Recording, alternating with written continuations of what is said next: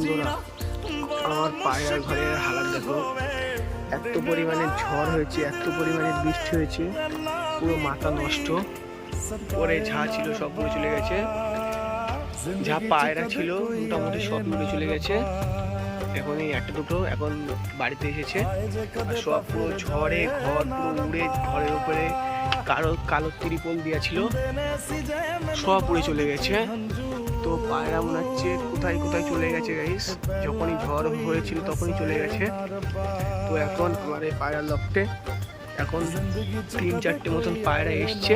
বললাম বন্ধুরা, দেখতে পাচ্ছ ঘরটা সব ভেঙে গেছে, ঝড়ে পুরো সব নাড়িয়ে দিয়েছে। ওই যে একটা পায়রা রয়েছে, সবজি পায়রা, সব পায়রা কোথায় কোথায় চলে গেছে। এত পরিমাণে বৃষ্টি হয়েছে, পুরো মাথা নষ্ট গাইস। ঘরে পুরো হালাত চেঞ্জ করে দিয়েছে, নতুন আবার লফট বানাতে হবে।